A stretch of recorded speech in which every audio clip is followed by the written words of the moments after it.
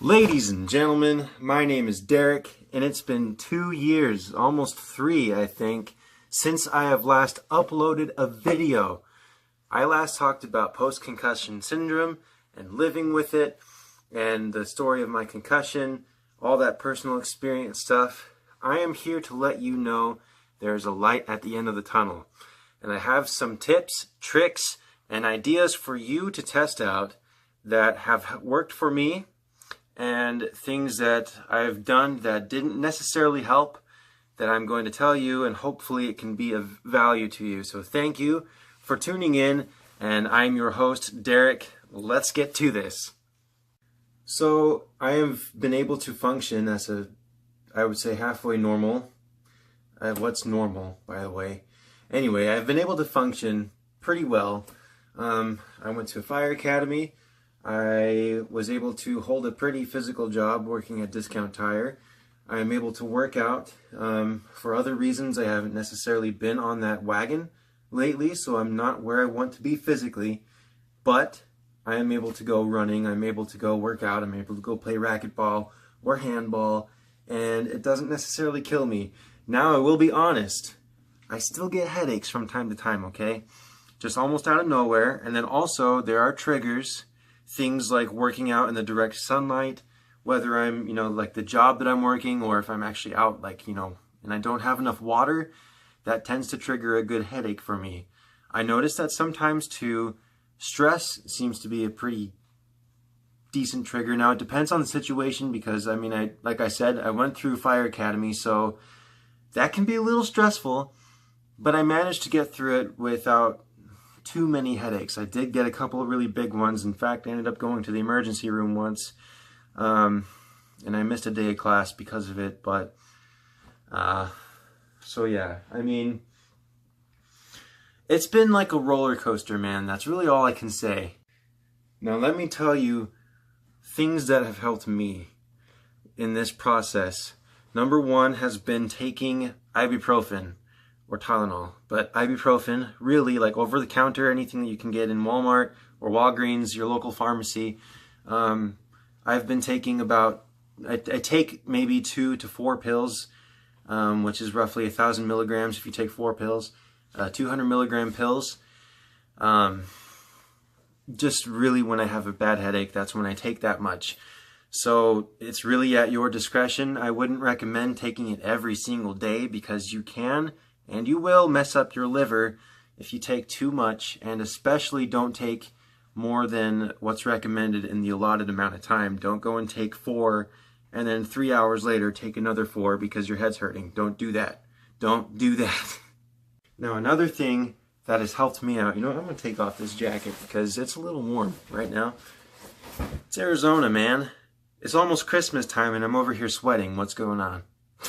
Oh, something that can really help, like when you're in a pinch with headaches, especially, is you take a little ice cube, right? Just any good old ice cube.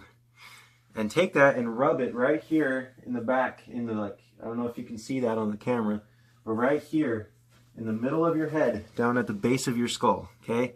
You take that ice cube and it's going to be wet, it's going to be cold, yes, but it will help out tremendously, okay? So just take that sucker and rub it in until that thing is melted. I would suggest having a little hand towel or something because it will be wet. What can I say?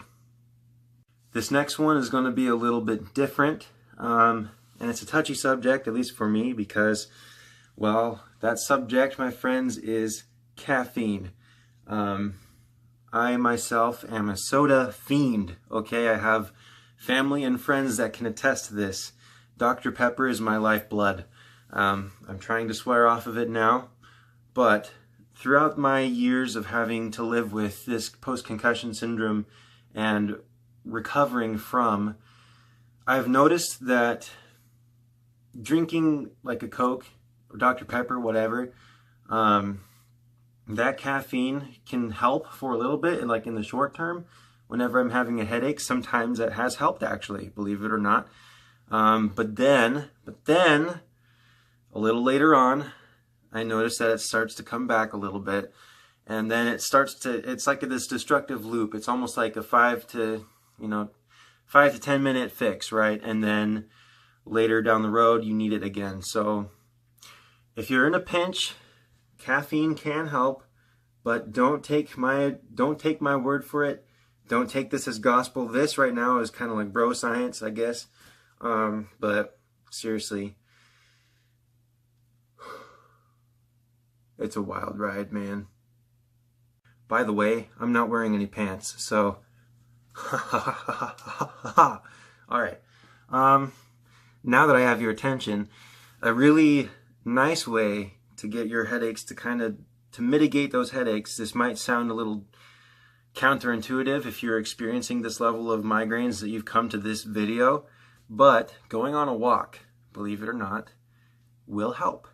Just you don't have to go, like woo, super fast, but just something that's just very light, very easy, manageable, because this will get your circulation going, this will get your blood flowing, and it will help with at least I don't know how you experience these headaches, but whenever I get those headaches, I can feel it almost pulsating in my head.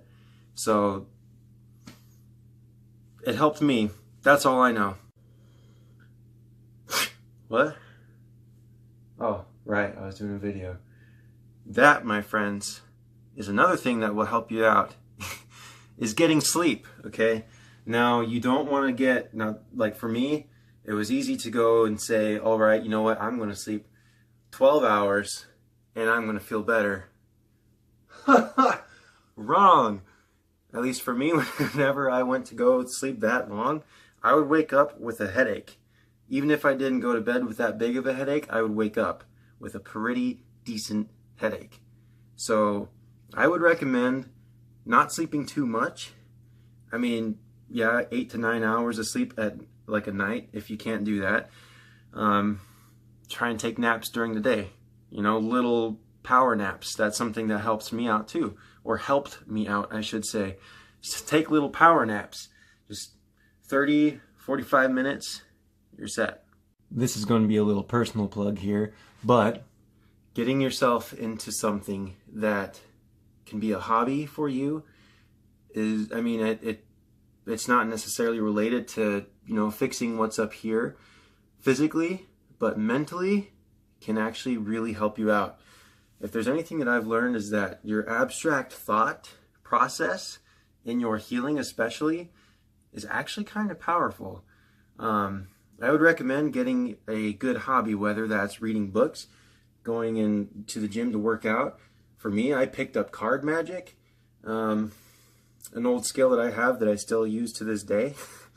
Playing guitar, playing piano, all of those little things can and will help you out. So I would recommend finding something that you can do and practice consistently, because when you have that sort of schedule of consistency going in, a habit of yours can actually be really helpful for your healing here and even, yes,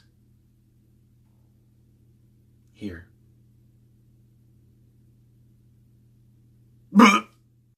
Now, recently, I've jumped into the world of fitness once again because I need to, and I want to.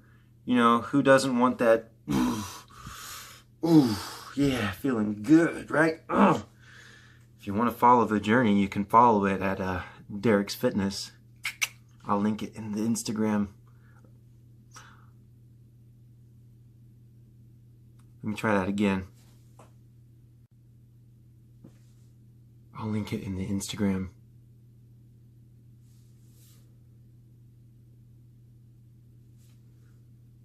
I'll link it in the bio description below.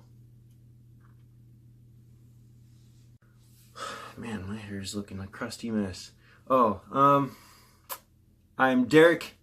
Thank you for hanging out, and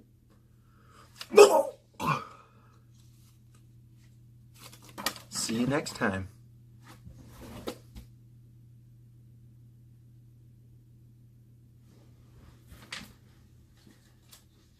That was cheesy as heck.